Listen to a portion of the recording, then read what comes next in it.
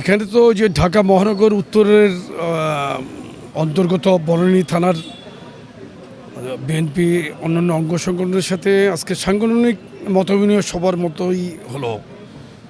পারস্পরিক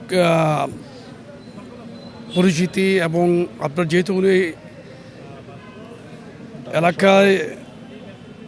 এই এলাকায় ওনার বসবাস, এখানে রাজনৈতিক অফিস, নেতাকর্মীদের সাথে আরও গভীরভাবে তাদের সাথে পরিচিতি এবং এই এলাকার সার্বিক অবস্থা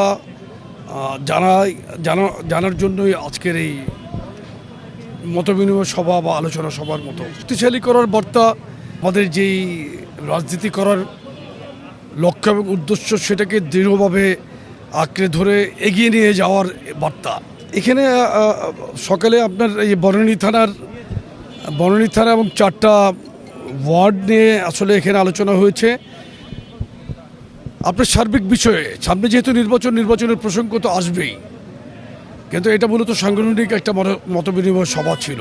সব অঙ্গ সংগঠন সহ নেতৃবৃন্দ ছিল, থানা এবং ওয়ার্ডের নেতৃবৃন্দ ছিল, মহানগরীর নেতৃবৃন্দ ছিল।